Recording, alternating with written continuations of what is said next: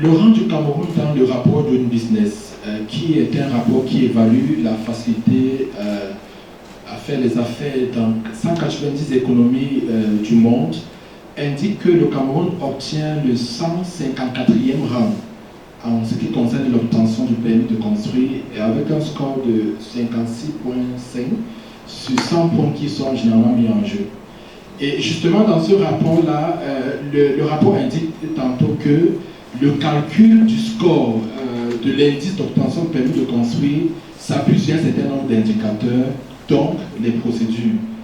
Quelles sont les procédures qui sont prises en compte dans le processus d'obtention du permis de construire? Et le rapport indique qu'au Cameroun, en 2020, 16 procédures étaient enregistrées dans le processus d'obtention d'octroi du permis de construire au Cameroun. C'est déjà énorme, c'est ce qui explique naturellement le rang que nous obtenons ou alors le score que nous avons. Nous sommes 154e, alors que des pays comme l'île Maurice sont très bien classés. Les pays comme le Botswana sont très bien classés, c'est-à-dire des pays d'Afrique subsaharienne qui ont pratiquement les mêmes réalités que nous, sont assez bien classés. Et je veux m'appuyer sur les procédures. Est-ce qu'en octroyant, donnant la possibilité aux autres professionnels, en les impliquant dans le processus d'obtention du permis de construire, est-ce que ça ne va pas davantage alourdir les procédures? C'est toute la question qu'il faut se poser. Moi, je suis d'avis que si, en plus des 16 procédures qui existent déjà, on devrait encore impliquer les autres professionnels, ça devrait davantage alourdir. Pour ne pas dire qu'ils ne sont pas impliqués, en effet, l'État établit les règles d'urbanisme, c'est-à-dire les règles d'urbanisme en vigueur sont établies par l'État. C'est l'État qui valide. Et l'État est purement administratif, mais l'État ne travaille pas seul, l'État a des technocrates.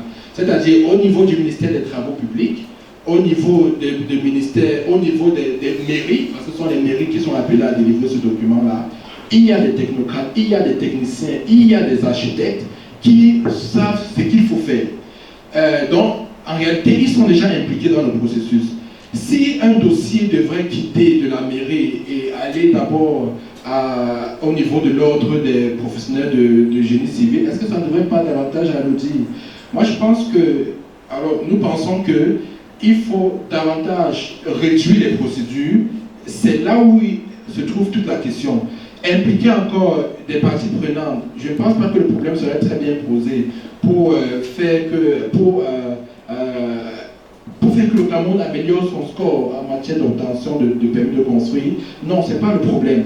Le problème que la Banque mondiale souligne, les problèmes que la Banque mondiale souligne pour notre pays se trouvent notamment au niveau des procédures, au niveau de la durée d'obtention du permis de construire.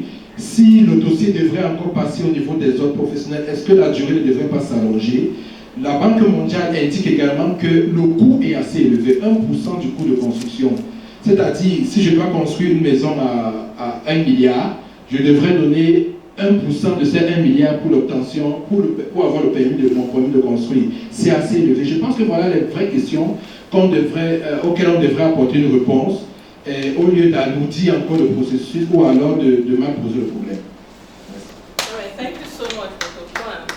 And as a typical economist, is more concerned with the fact that Cameroon has gone down 15 places. Now, I want to turn to our jurist in the House to tell us what does the law. The economist has given us his own point of view.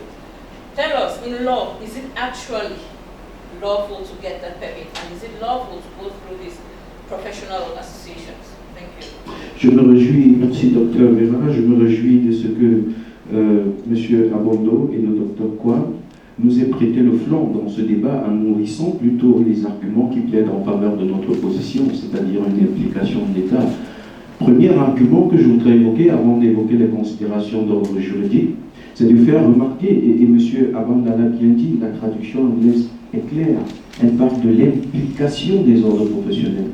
Si pendant longtemps, en réalité, la délivrance du permis de construire a été un monopole de l'État, eh bien, c'est bien ce qui justifie la position actuelle du Cameroun dans le ranking Doing Business.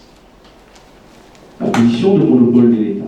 Les procédures, c'est l'État qui les conduit encore, qui les met en œuvre. Donc, je veux faire remarquer que les arguments que vous mettez dans le débat, plaide plutôt en faveur de l'implication et de la prise en compte des ordres professionnels. Le problème, maintenant, tel que vous dites, Dr. Kwam, est-ce que ce ne serait pas un outil de procédure? Non. Ce ne serait pas un outil de procédure, parce que le problème n'est pas de transférer le dossier, le processus d'obtention de permis de conduire vers les ordres professionnels. Étant entendu que M. Abanda l'a dit, la terre est un objet de souveraineté dont l'État ne saurait être écarté. Par contre, il est important peut-être de faire quelques précisions fondamentales, parce que je tenais à évoquer, à évacuer d'abord ces arguments que vous avez mis dans le débat pour dire qu'ils plaident fondamentalement en faveur de notre position. Autrement dit, l'État ne saurait garder le monopole de la délivrance de cet outil fondamental. En réalité, de quoi s'agit-il? De quoi parlons-on? Le permis de construire.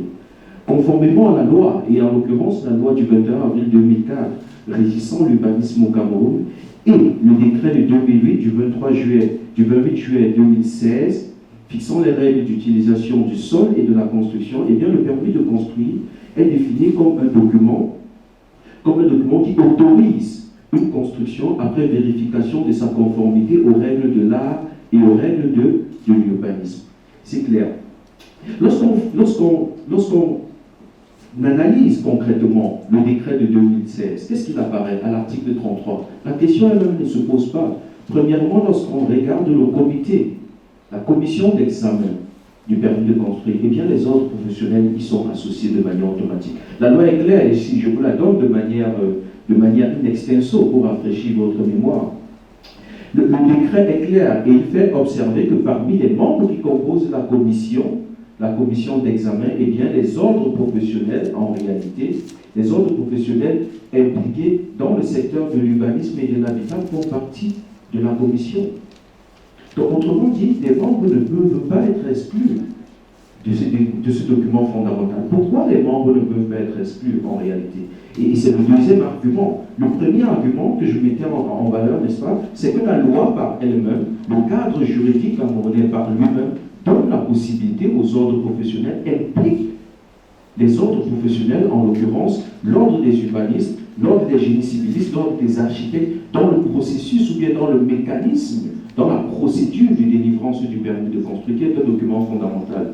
Le deuxième argument, et je voudrais m'arrêter là, le deuxième argument que je voudrais mettre au crédit, c'est que comment comprendre qu'on ait une vision de la ville qui soit en marge de ceux qui ont la capacité et surtout l'intelligence de construire et de bâtir une vie, d'avoir une vision futuriste de la vie. Autrement dit, comment comprendre que l'État s'arroge le monopole de la délivrance du permis de construire alors qu'il y a des ordres professionnels et des écoles, en l'occurrence, polytechniques en l'occurrence, qui forment des ingénieurs civils qui ont la capacité de projeter la vision d'une ville. Parce qu'il faut dire que derrière la question de l'urbanisme, en réalité, c'est la question de la beauté de la ville. C'est la question de l'aménagement du cadre de vie. C'est la modélisation intérieure de la ville. Et l'émergence en 2037 ne se fera pas simplement de visu. Il ne se fera pas simplement par des déclarations. Il se fera aussi par la qualité des bâtiments qui naîtront.